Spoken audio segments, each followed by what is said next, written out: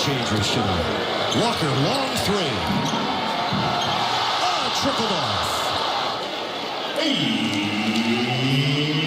Kemba. Don't start dancing. No, baby.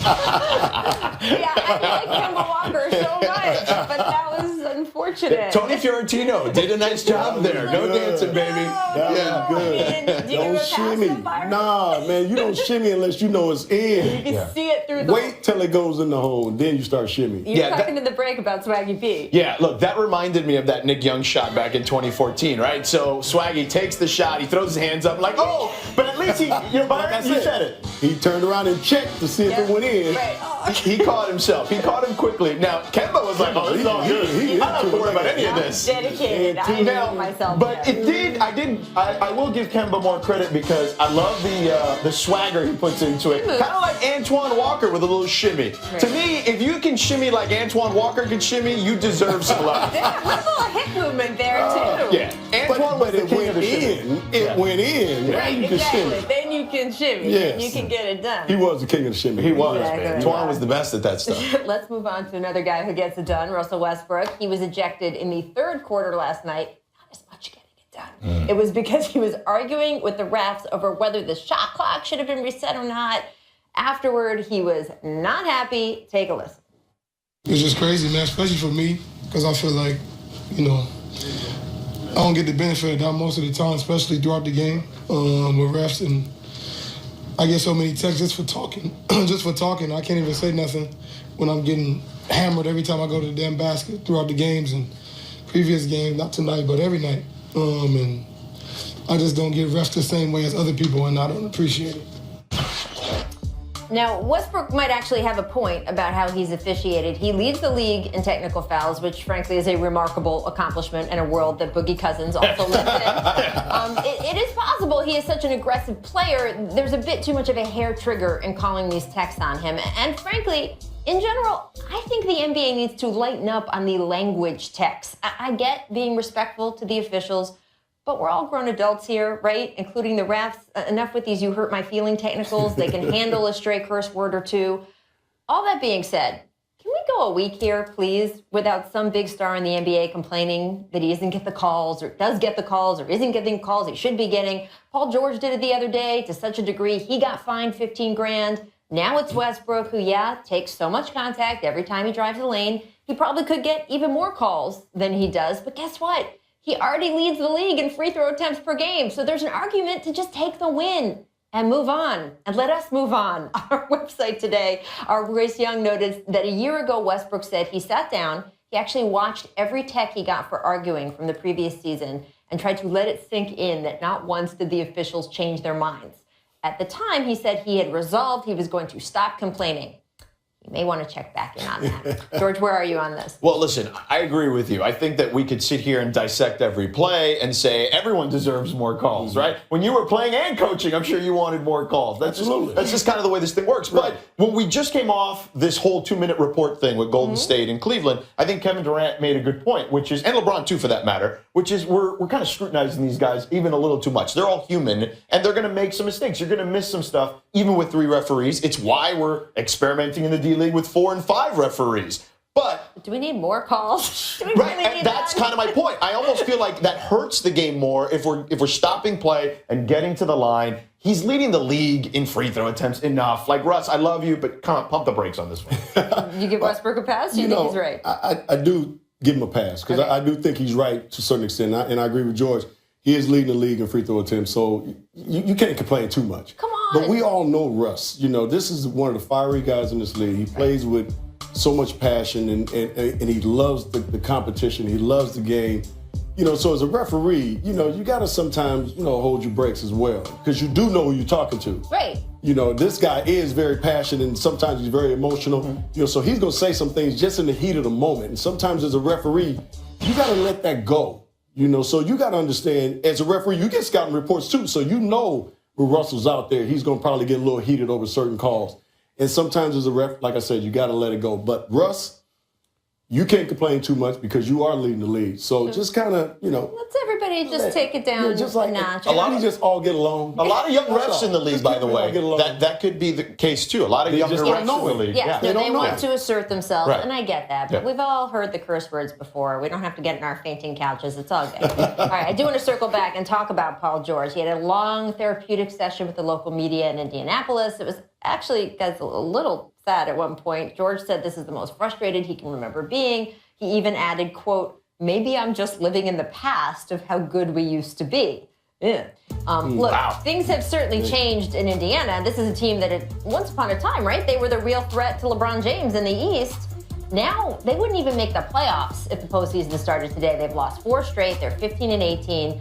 But George is saying now he has decided he is going to change his attitude. He said, quote, "I've been caught up with officials, getting caught up with on-court stuff. I've lost sight of how fun this game is to me. I just have to approach it as being myself, enjoying the process, enjoying the grind." And Byron, reporters said they did see George noticeably goofing around in practice more yesterday, trying to live by his words there. Does this work? Is this going to work if he's You know what? happy and he knows it? Kudos to Paul for saying, I got to make a change. Right. The season is not going the way we expected it. I'm not playing the way I expect to play. It's been rough in Indiana at this particular point. So I got to try to change it up. That's great. Kudos to him for that. But you know what changes all that and makes it fun? Winning. Bottom line, winning. You want to have fun. You can't fake it till you make it in the you can't NBA. fake it. You got to go on the court. You got to produce. You guys got to come together and figure this thing out. And winning solves all that. There's winning and misery. That's it. Pat Riley said that. That's right. I know where you Winning got that and from. misery. That's it. And he was absolutely right. Now here's the thing. I look at it this way. He played on those really good Indiana great teams, yeah. that had older veteran leader guys. David West isn't around anymore. All of a sudden, Paul George is the leader of that team. And that's a role he wasn't necessarily used to. He was just used to playing his game, not having to worry about dealing with other guys and dealing with personalities. And I think it's taken him about 1.5 years to kind of figure out, hey, you know what? I don't have to stress over that stuff. If I play my game, I can lead by example and just kind of do it that way. Yes, but I agree with Byron. And winning is really Solves the thing. all I think that. he's Of course. a great Solves leader. all I think that. he would be a great leader if they were winning. I think he would Absolutely. know exactly what he was doing. This is a fantastic player. All right. We got to take a quick break. When we return, we will talk about a new basketball league. Ice Cube is launching for retired players. Byron, which is going to be awesome. But first, here's our distant replay My from game this date back on. in 2001, starring our own Tracy McGrady. Hudson runs it down. Tracy is really strong. Oh, no. Short route. Who is that? Ellen Harrington. Othello Harrington. No.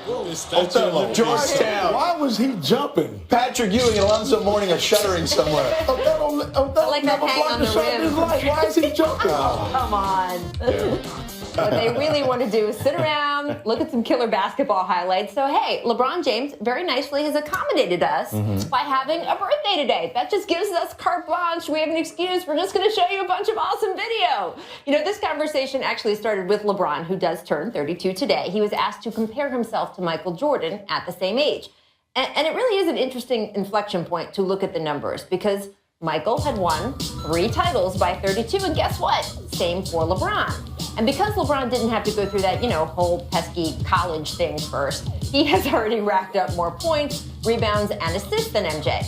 Not to mention, he does have one additional one of those shiny MVP trophies. So if what LeBron told us this summer is true, and he really is chasing Michael Jordan's ghost, Michael Jordan, not dead, but that's what he said, to see who is the most dominant player of all time. It was news to Michael Jordan when he said that. That's all I'm saying. Not dead. He is at least on the way, right, to making a case for himself. Now, that being said, LeBron does feel that's where the similarities stop. He gave a quote yesterday on their actual playing styles. He was having none of the comparison. He was much more of a scorer, and at that point, did a lot of post work at that point in time. But our games were just different. His body is different. My body is different than his. All right, so who does LeBron compare to in the way he plays? I mean, he's obviously, right, guy's got a lot of magic in his game, the court vision, the passes, the way he controls the floor. Who's that guy Count in it. that shot? Oh, look at that. We also have, producer Danny called this morning LeBron the rich man's Pippen, which is maybe the first time he's been called that. Wow. Certainly defensively, you can see Scotty's influence on LeBron. We could run a half dozen of these chase down blocks, right? Mm-hmm. Oh, yeah. Good. And then Cavs coach Ty Lue, his comparison was he thought LeBron has the same explosiveness as Dominique Wilkins.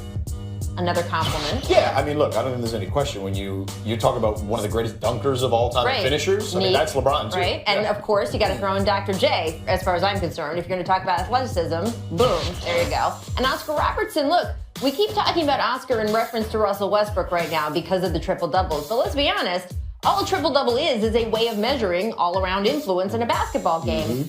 And that is probably the most LeBron James thing of all. The best thing you can say about LeBron is he does everything exceptionally well. He can play 1 through 5, guard 1 through 5, score when he has to, facilitate when he has to.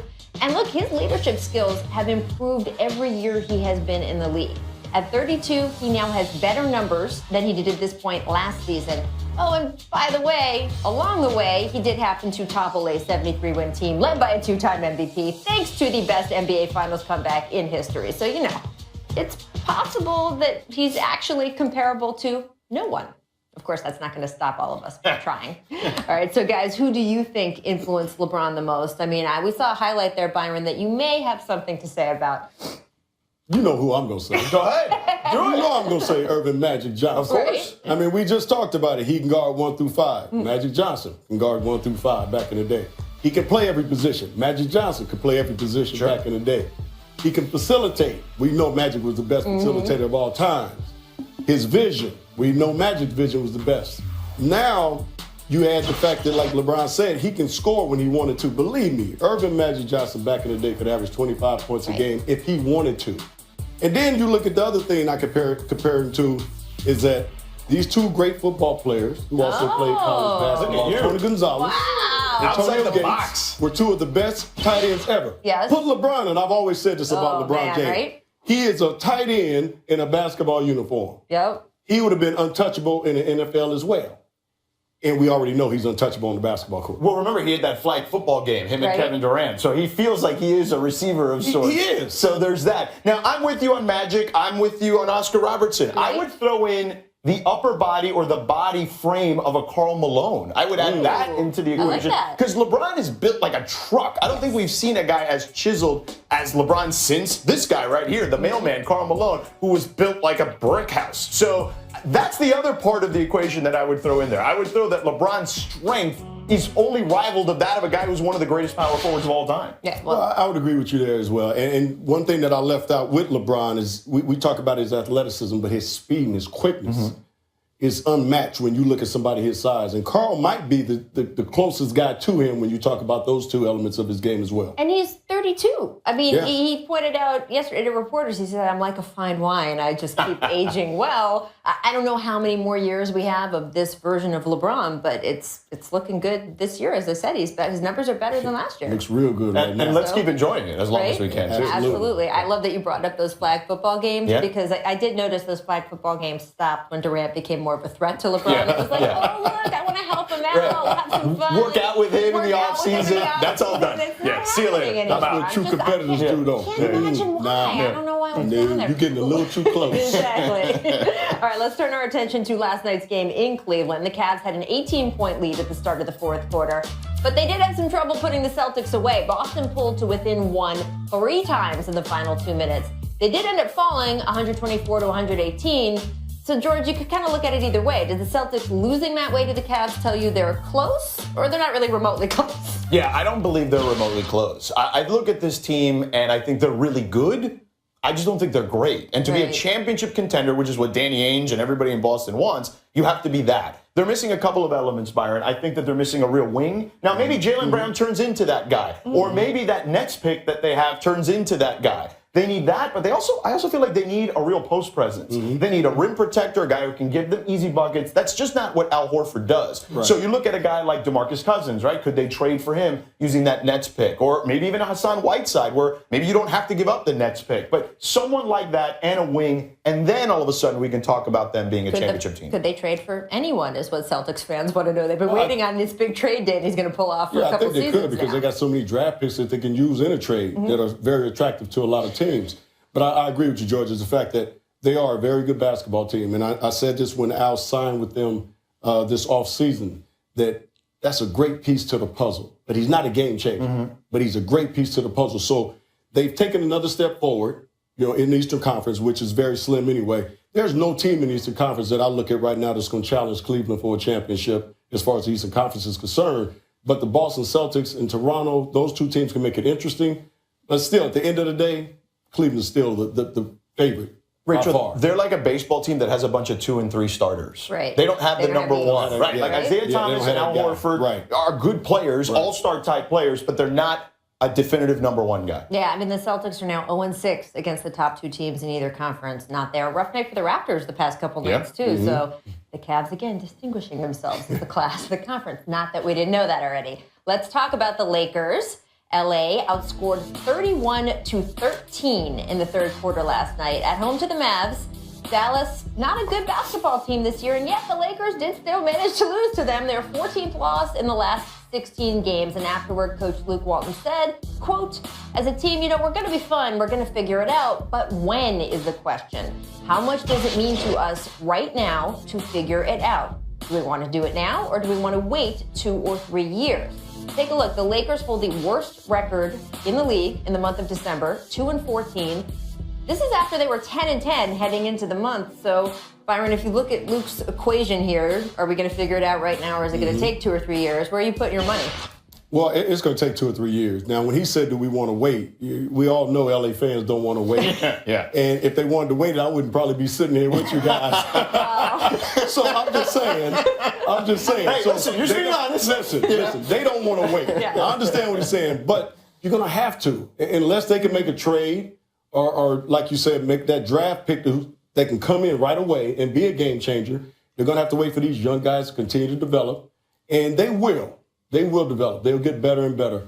But they are still a year or 2 or 3 away from being a team that can contend in the playoffs. I'm with Byron. That first month of the season was a little fool's gold there, basically. They dealt with some injuries. Then they had to play 8 and 9 guys for about 2 weeks. And this team isn't built for that. There's a reason those guys weren't set out to play those type of minutes. But what is a real progression here? Isn't 30 wins, shouldn't that be enough for this team? And I still feel like they're on a path for 30 wins potentially. That would be a really good season for them. You're talking about a 13-win improvement. Well, I mean, I think part of what Lou's talking about is he's just looking for some fight from the individual guys. He said in his post-third quarter and in between the third and fourth quarters last night, he was like, I thought we would fight more than this. And I think that's when he's looking at the individual players, guys like D'Angelo. He wants to see some of that individual growth. What do you expect? Yeah, I think that's exactly what he wants to see. You can't settle in on accepting losing. Right. When you lose a game, and we can go back to the 80s and the 90s, like when we lost 2 in a row, it was like the world was coming to an end. Really? You got to have that type of intensity every single night. When you lose a game or you lose 2 in a row, 3 in a row, whatever the case may be, you got to come in like it's game 7, the next game. Leave it all out there on the table. And I don't think that's what he's getting right now for the young guys. They're kind of settling in. And I still think they're in that figure it out stage. It's still early in the marriage. They're still trying to figure it all out. But it is going to take some time, so people just have to be patient. Byron, the reality is this, and Rachel, is that they brought in some veteran guys like Lou Deng and Timothy Mozgov, but they're not the best players on the team. And to change that type of culture, the guys who are the best players on that team have to change that culture. You need a leader. Yeah. And patience, apparently. And patience. And patience. Lots of it. Yeah, no doubt.